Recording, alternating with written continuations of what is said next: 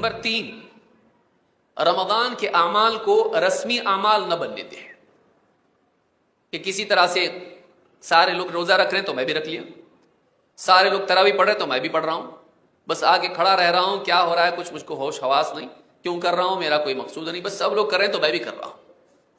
جتنے اعمال، چاہے وہ روزہ ہو، چاہے وہ تراویح ہو، چاہے وہ صدقات و خیرات ہوں، چاہے وہ کسی روزے دار کو افطار کرانا ہو، یا جو بھی اعمال ہوں، ان اعمال میں ہر عمل سے پہلے اپنے اندر 2 چیزوں کو پیدا کرنے کی کوشش کریں، ایک ایمان اور دوسرے احتساب۔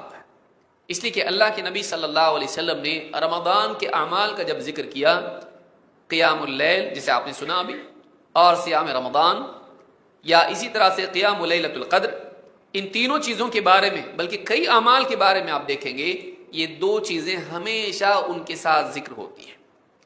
جیسے آپ نے فرمایا من قام رمضان ایمانا واحتسابا غفر له ما تقدم من ذنبه، یا آپ نے فرمایا من صام رمضان ایمانا واحتسابا غفر له ما تقدم من ذنبه، کہ جو رمضان کے روزے رکھے ایمان اور احتساب کے ساتھ پچھلے سارے گناہ معاف ہو جائیں گے۔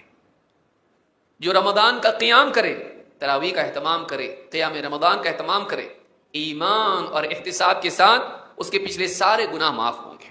سوال یہ پیدا ہوتا ہے کہ صرف روزہ رکھنے یا صرف قیام اللیل کرنے کا ذکر نہیں آیا، ایک اضافی وصف اس کے لیے بیان کیا گیا ہے، ایک اور چیز بیان کی گئی، ایسا رکھنا پڑے گا تب مغفرت ہوگی۔ کیسا؟ ایمان اور احتساب کے ساتھ میں۔ سوال یہ پیدا ہوتا ہے کہ ایمان و احتساباً کا مطلب کیا ہے، کہ اس خاص کیفیت کے ساتھ روزوں کا اور قیام اللیل کا اہتمام کریں تب جا کے مغفرت ہونی ہے، ورنہ نہیں۔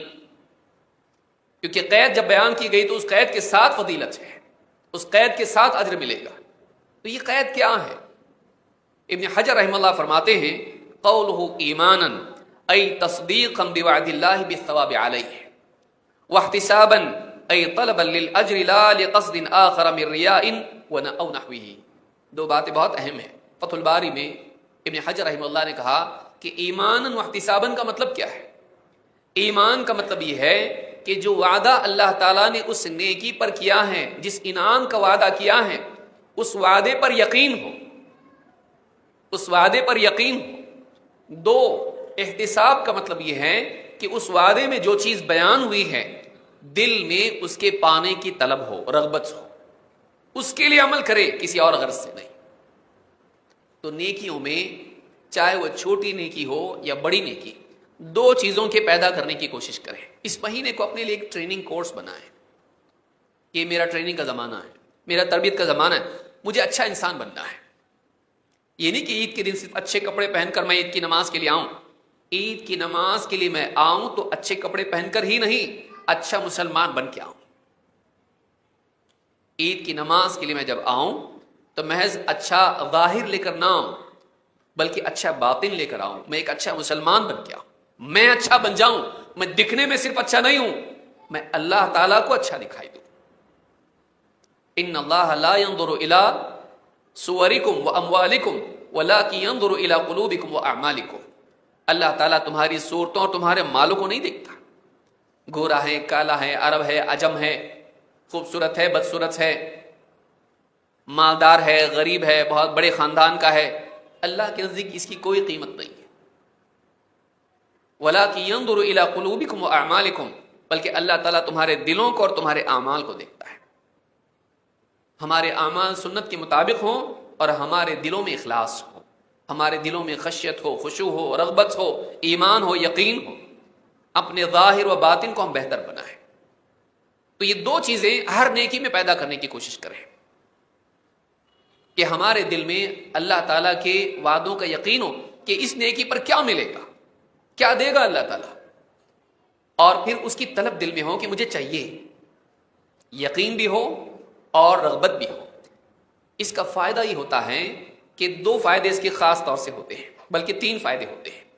ایک، آدمی کا عمل بہت بہتر بن جاتا ہے، وہ اچھے سے کرتا ہے، اور 2، اس عمل میں اخلاص پیدا ہوتا ہے، اور 3، اس عمل پر مداومت آسان ہو جاتی ہے۔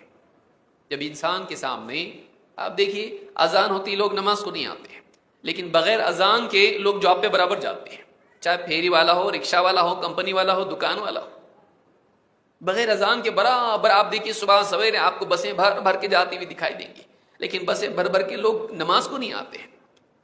گھر کے بازو میں پڑوس میں مسجد ہے لیکن نہیں آتا آدمی، ایک گھر سے کئی کلومیٹر دور اس کا جاب ہے، برابر پابندی سے ہوتا ہے، روزانہ میں 20 سال سے اپ ڈاؤن کرتا ہوں، لیکن وہ مسجد اپ ڈاؤن نہیں کرتا ہے جبکہ اس کو گاڑی کی ضرورت نہیں۔ کیوں؟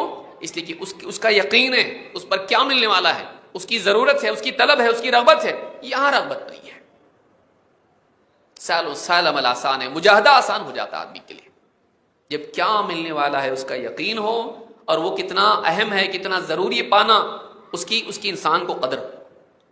نیکیوں کے بارے میں اگر ہم اس کا اہتمام کریں، اللہ کی عطا کا یقین کہ اللہ تعالیٰ ضرور دے گا، وعدہ خلافی اللہ نہیں کرتا ہے، اور اس انعام کی قدر اور اس کی طلب انسان کے دل میں ہو۔ ہر نیکی کے بارے میں اپنے دل میں اس چیز کو پیدا کرنے کی کوشش کریں۔ یہ رمضان کو بہتر گزارنے کے لیے ضروری ہے۔